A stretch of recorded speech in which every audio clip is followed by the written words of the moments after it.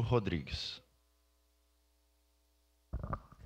Obrigado, presidente. Eu quero, obviamente, votarei favorável a essa moção, porque fala sobre a segurança, né?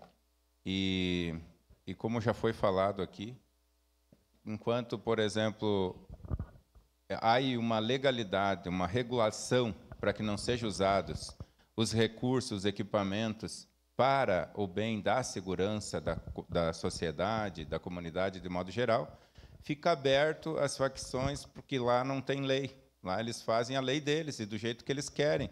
Como falou muito bem aqui a vereadora Marisol, só de um lado acaba por acontecer essa regularização, porque já foi bem falado aqui de todo mundo, o Brasil, o mundo assistiu quanto armamento preso, ilegal, e daí lá não tem como botar lei, ó, não usem o drone, não usem, daqui uns dias vão levantar um helicóptero lá também, porque carro, ônibus eles usam para atravessar as ruas lá e para impedir o trabalho da polícia. Então, ainda quando o meu filho era bem pequeno na escola, um dia ele não queria ir para a escola, ele disse que estava com medo da polícia. Eu digo, mas como assim, com 7, 8 anos?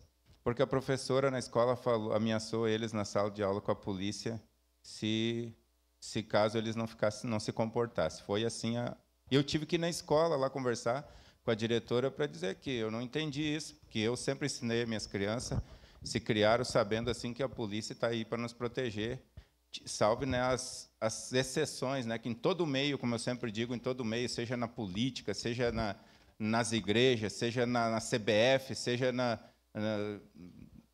em todo lugar vai ter ovelha negra, infelizmente, né? Em toda família, né? Então, eu quero dizer que, de modo geral, via de regra, com certeza, sou um apoiador das polícias e da nossa segurança e votarei favorável. Parabéns, vereador Iago, pela propositura. Obrigado, vereador Pedro. Com a palavra, a vereadora Daiane Mello. Senhor presidente,